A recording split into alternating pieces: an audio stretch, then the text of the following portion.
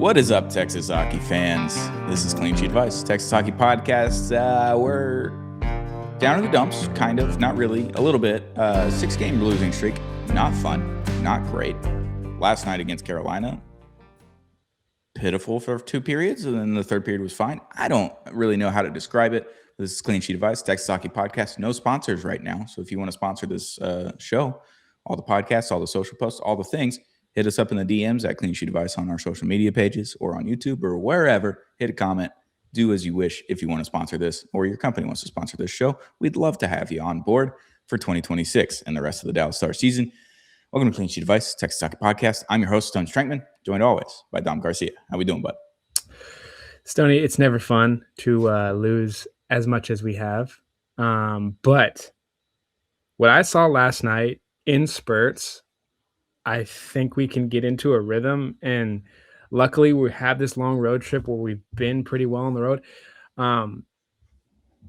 Full stop, we got spanked last night on the scoreboard, but there were moments where maybe goalie said something and the team's locked in a little bit, and that a little bit can carry to hopefully tonight. Yeah, I shut this puppy off after the second period. So I missed all the good stuff. I saw the highlights. I've looked at it this morning. I looked at it last night even. I was still up. But I was like, I'm going to save my peace. I'm just going to go get in the bed, scroll on Twitter, scroll on TikTok, do whatever. Just keep up with it, but not be fully invested into it. And I don't normally do that. And it was a tough game. It's a bad game. And it's a rough one for me because I love Carolina. I've loved Carolina for 10 years. And now Logan Stankoven is there. So I love him a little bit more. I love this Carolina team. So it's like, I don't feel too bad. But when the Stars have lost 6 in a row, they're 0-3-3 in their last 6, get a little antsy for a win, I think. Is like the Montreal game, I was like, I need a win more than like anything right now. I was texting Luke, our social guy, and he's like, this is the most invested he's been in the Stars game and the Montreal game the other day. So it's a little tough. It's a little tough to deal with a 6-game losing streak, especially against some teams that you think you should beat at the end of the day. So not great. And then Carolina, obviously a great team in the Eastern Conference, but the Stars are the second best team in the league. They should just beat a lot of these teams. They shouldn't be on a 6-game losing streak. That would never happen under DeBoer. So that's something I wanted to point out. Under the DeBoer system, it's a great regular season system.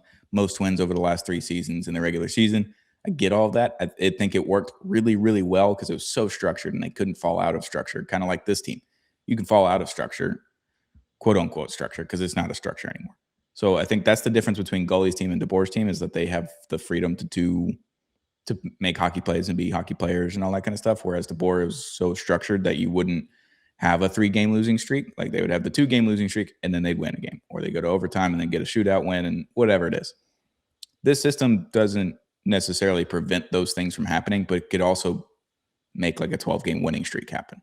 I think that's the difference between the two systems. It's like, hey, look, you might have this longer skid, but you might have a longer winning streak in the end, or you might have more success in the playoffs because there is no quote unquote structure play like the DeBoer system. So I'm not knocking Gully for the 6-game losing streak. I just think it's more susceptible to happening in the regular season as opposed to the playoffs like we've seen with the DeBoer system. Yeah. And, over the past stretch of games we've been losing, I think one thing you and me have both kind of looked at, handling the puck in the D zone has just not been too standard. There's only one person on this team right now that I trust with the puck on their stick to get it out of the defensive zone. And that's Miro Heiskanen. It's coming to me now that I'm thinking about this. Carolina is the best in the league at dumping and chasing. That's a bad match for what the Stars have been playing recently. A lot of bad turnovers caused by Carolina doing what they do best. You said this before we started recording. This is one of Carolina's best games they've played, and they're a very good team. I mean, 25 wins on the season entering that game, just like the Dallas Stars. Just matchup-wise, it was a game we had to limit mistakes, and that was something we didn't do. A lot of penalties on both teams this game.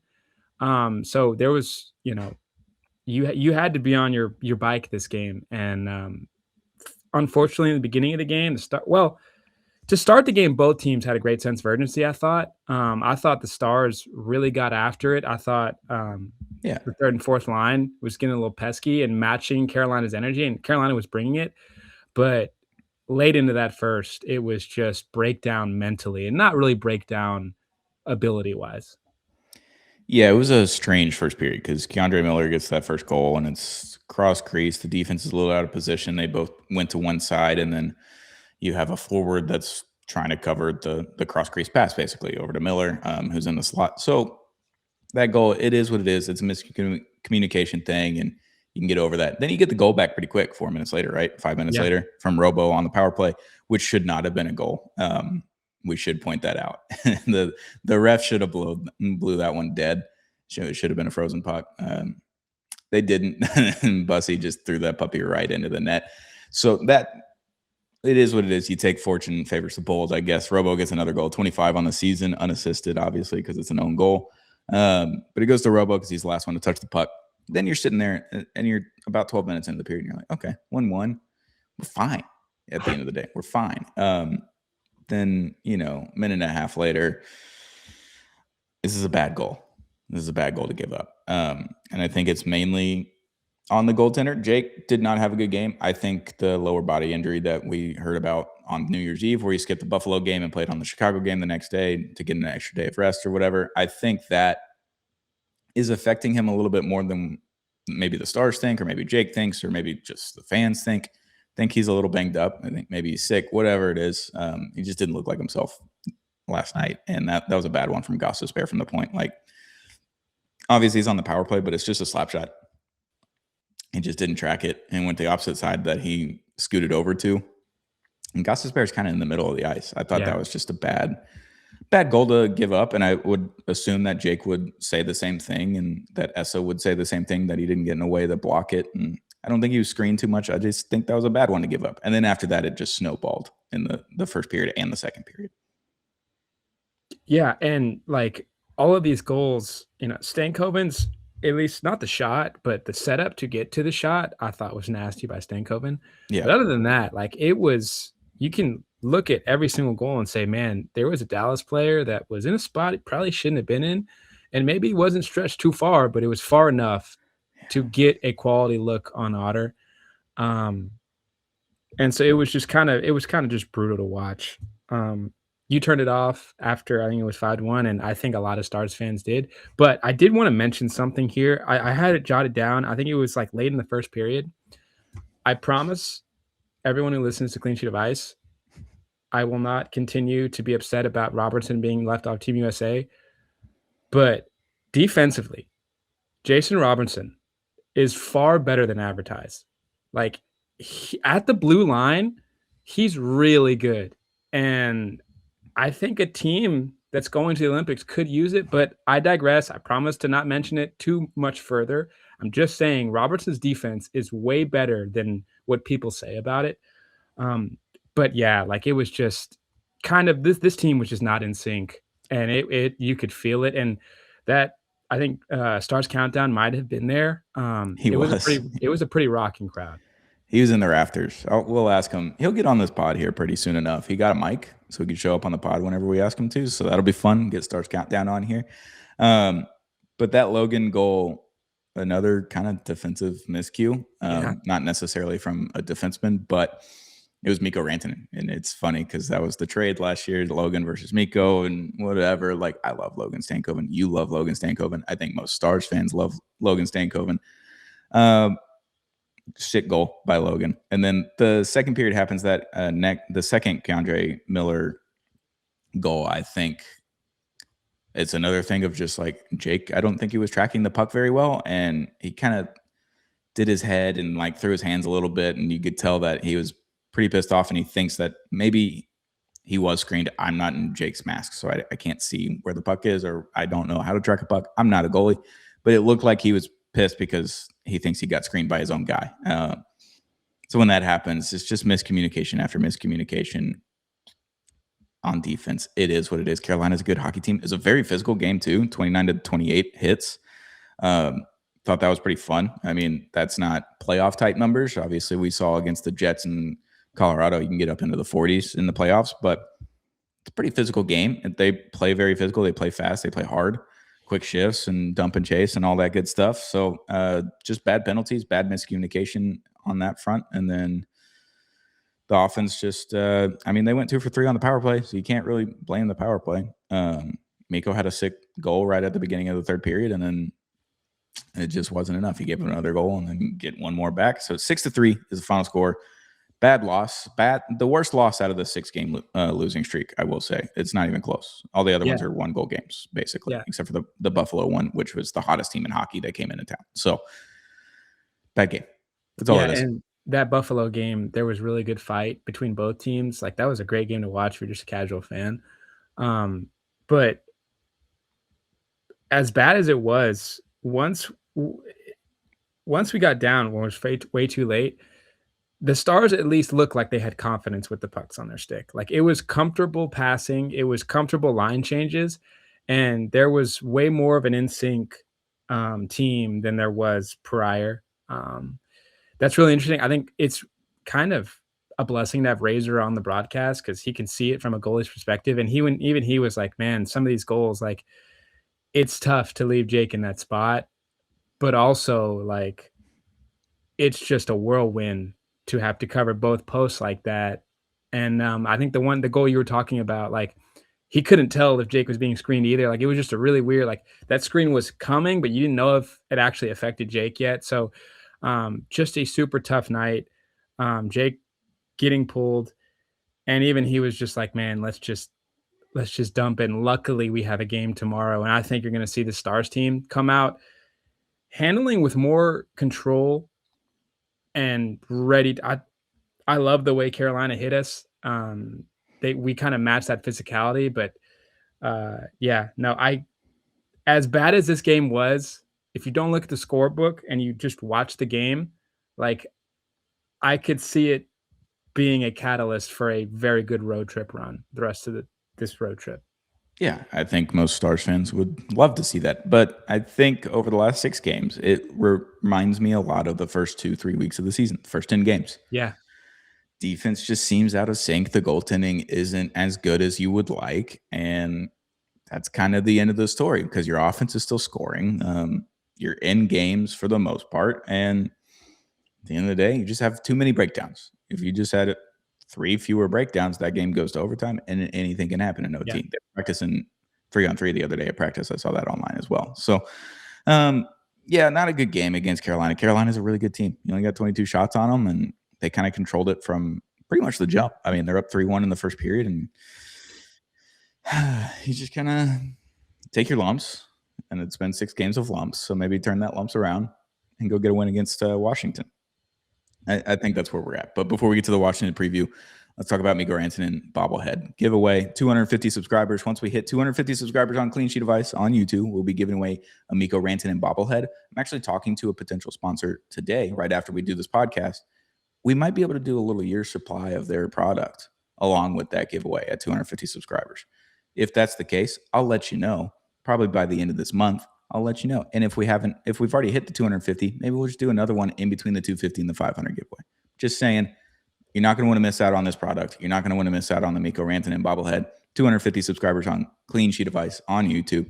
And, you know, if you listen to us on Spotify or Apple or anything like that as well, hit the subscribe button there too. It's all free. You don't have to do anything. Turn the notifications off if you don't want to just have too many notifications like I have. That's okay. I'm not going to yell at you. Just hit the subscribe button so we can give away a Mikko Rantanen bobblehead and potentially a year supply of something really fun. So looking forward to that. But tonight, as you're listening to this, January 7th, we're recording this in the morning. We're going to get it up as soon as I can. Playing the Caps. Last time we played the Caps, it was 1-0 game. I got to see Ovi. He was on the path for 900 goals, and they didn't score any. It was a 1-0 game. Tyler Shagan played in that game. Got the goal technically. It was another own goal. But that was it. That was a playoff type of defense blue line matchup. I hope we see that. I hope we see another defensive blue line matchup from our defense specifically so we can just kind of put this to rest, get a win on the belt, and then move on with the rest of this road trip. They've got 5 more games starting tonight on the road trip before they head back home on the 18th, I believe. So I'm looking forward to a defensive matchup. I would love a defensive matchup. It would make me feel a lot better about this losing streak.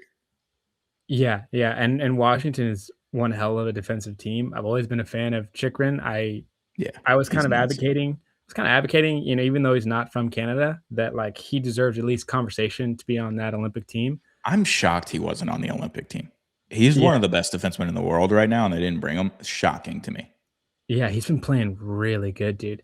Um, and then with Dallas, like I said, man, you just put together you don't even have to put together 3 periods. You put together 2 periods of everyone being in sync defensively.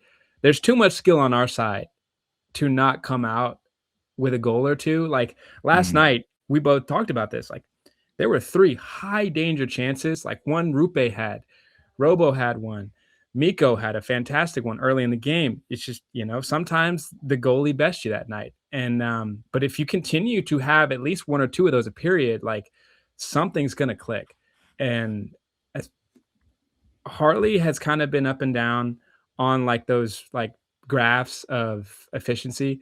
Last night, I felt there was no mistakes from him, and I wanted to see that continue. Um, we just gotta figure out, like, one left side plays great and one right side has a bad miscommunication, and if we just sync that, like, Dallas is right back to being the second best team in the league, which is what they are. Um, having this road trip, like, I can see it happening, and getting, like, a 2-0 win or a 1-0 win would be great for this team at this moment.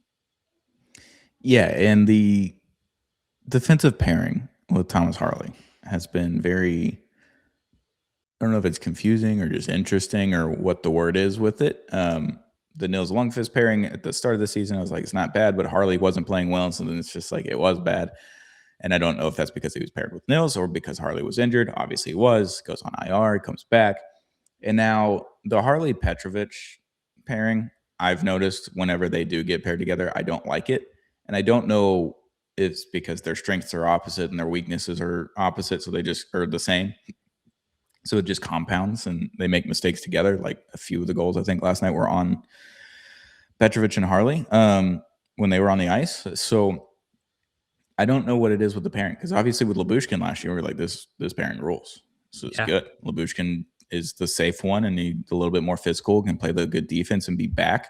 Harley can go down into the offensive zone, make some plays and all that kind of stuff. But then we're just not doing that this year. And I don't know if it's a Harley thing or if it's a Labushkin thing or if it's a new system in the defensive zone thing because the defensive system was really hard last year. Now I think it's a little bit easier. I don't know what it is with the pairing with Harley, but Harley just hasn't looked completely himself this year. And I don't know if that's because of the pairing or because of the injury or because of illness or anything else that's going on with Harls. So it's kind of tough because I remember last year, like Dumba and Miro Heiskanen started the season together for the first couple of weeks. I was like, what are we doing here? Like, why? Like, you're just taking away all of Miro's.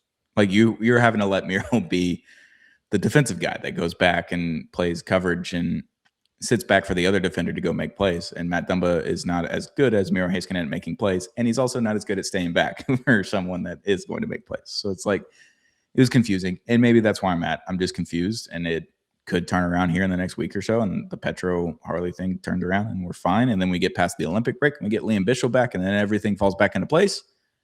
But we're not there right now. So yeah, the pairings are weird, but I would love to see just a good defensive game where they just kind of lock it down and they don't make many mistakes. And if they do, they make up for those mistakes. Like Harley did the other day. Was that against the Canadians where he whiffed on a kind of a one-timer from the point in the offensive zone, and I think Montreal got it, went on the breakaway, called Caulfield, and Harley made it all the way back checked him, did the stick lift, and there was no shot on goal. If we just make up for the mistakes, all is well. If you make mistakes and then they keep compounding and then you let in goals, that's the issue that we're having right now. We just got to put that to rest, especially against this Washington team where pretty much anyone on the ice can score. Like they've got some dudes on this team, and it's like just don't let Ovi score. Ovi loves to score against the Stars, so we'll see what happens.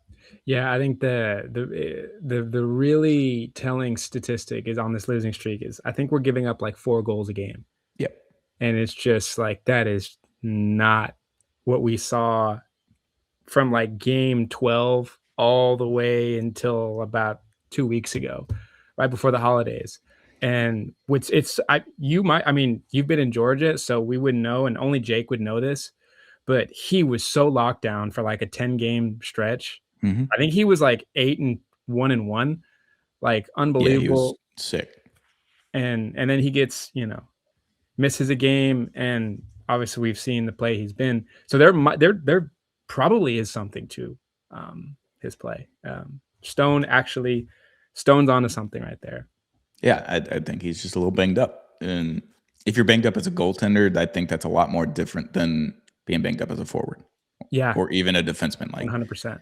we've seen Harley when he was banged up this year, he just wasn't as good, obviously. And then, but goaltending, like it's so specific and muscular and all that kind of stuff on your lower body. If something is twingy on your lower body, you're not going to be able to perform probably at the same speed or same quickness or whatever it is. So I'm hoping that's just all it is, and it's not like a mental thing or just him not playing well, whatever it is. I just hope it's a little bit of a twinge, and we can sit him for a week or whatever. Just put him on IR for 7 days or whatever it is, and let Casey kind of run the show. Get Remy up there and kind of see if they can fix some mistakes. And when Otter would come back from IR, that'd be great. But I'm not the coach. I'm not the GM. I don't know what's going on. Do you see the report that Jim Nill told Wyatt Johnson that he was really close to making the team, so just keep staying ready because you might be an injury replacement? I did see that. Yeah. All right, take it. It's the same thing as Four Nations last year. He was right there. Yeah. Yeah, dude. And like the thing with him is I was very upset. You would not really hear his name between like media pundits and personalities on that roster. We both said this, like I wouldn't hate it if he didn't play. I just for his development and Wyatt's personality, I would love for him to be around the greats that are on that roster and this Olympic run, because that would just catapult. I mean, we saw with Joe Pavelski and how he helped his career. If you're at practice with Sidney Crosby and Connor McDavid every night, like it's gonna rub off on you. I'm seeing it. I saw it with PJ Washington in Dallas, like getting to be around Kyrie Irving. We saw what he looked like before he got to Dallas, and then he gets to home and he puts on that Dallas uniform and he gets with Kyrie Irving, one of the best handlers I've ever seen play live. Like he's really helped PJ Washington, and he kills us every time he plays my Rockets. But it's not an NBA podcast. But yeah, I just want him to be there. If he plays, it's a plus. And honestly, like there's a real chance like injuries can happen. There's a strong chance Wyatt Johnston's playing in that really weird red Canadian jersey that I'm not a fan of. They're bad. Yeah. They're bad. Like shockingly bad. Because it's so classic. I mean, run back the Four Nation jersey from last year. I thought that was a tremendous one. Yeah. I'm glad Team USA went with the Miracle on Ice jerseys, like a rendition of them. They're not exact, but they're close. So I'm good with that. The Finnish jerseys are bangers, absolute bangers. Big fan. I think the Czech jerseys are pretty sick too.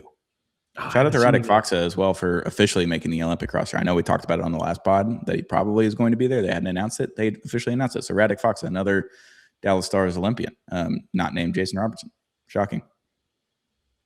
Dude, I think there's only 5 teams in the league that have 5+ players.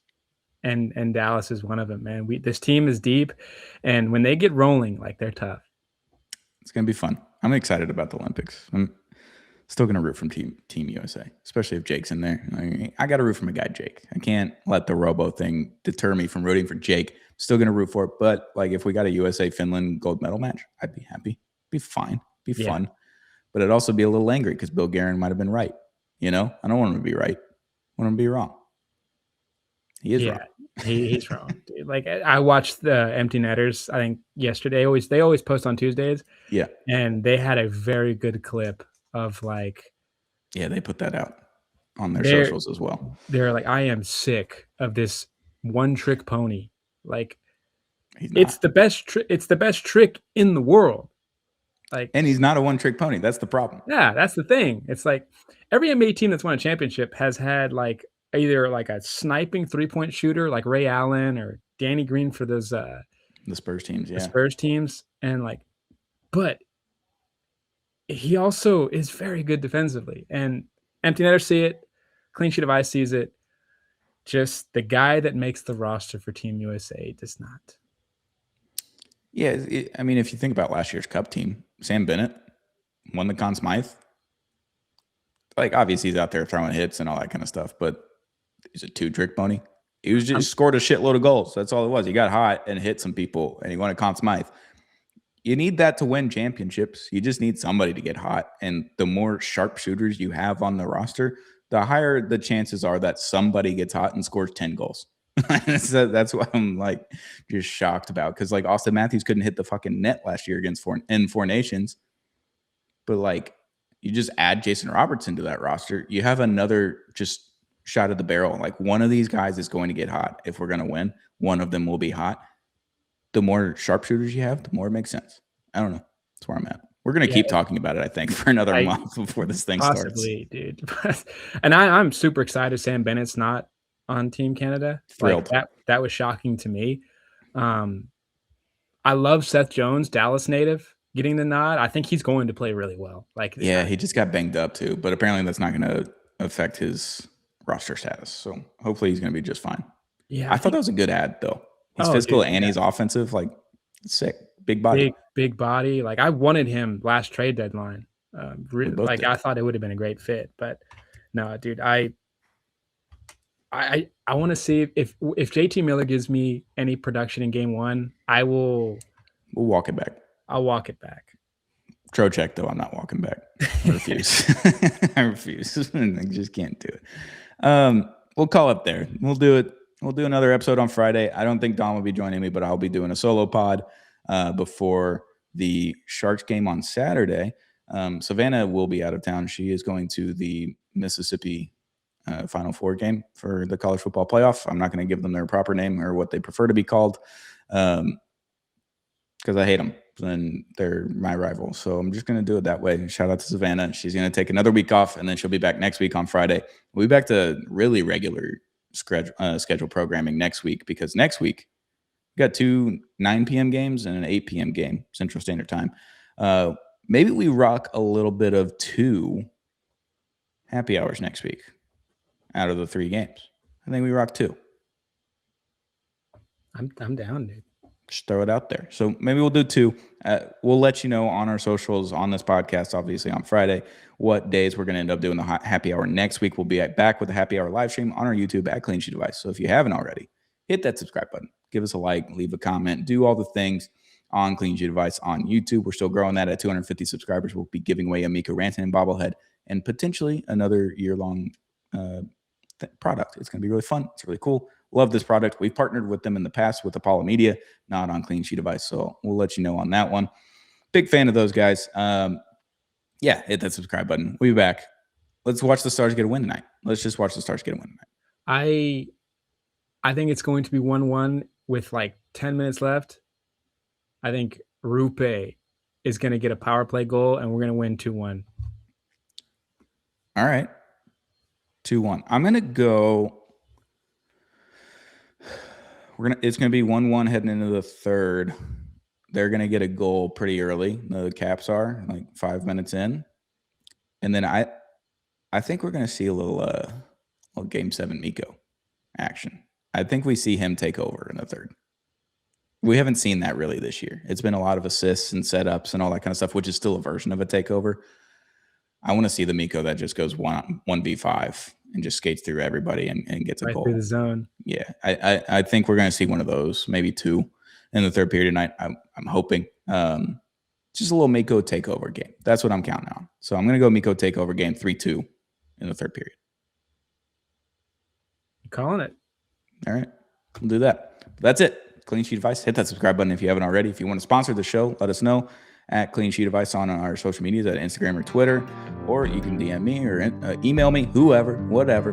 Hit us up if you want to sponsor the show for 2026. We'd love to have you on board. Hit that subscribe button if you haven't already, and we'll be back on Friday with another episode of Clean Sheet Device, Texas Hockey Podcast.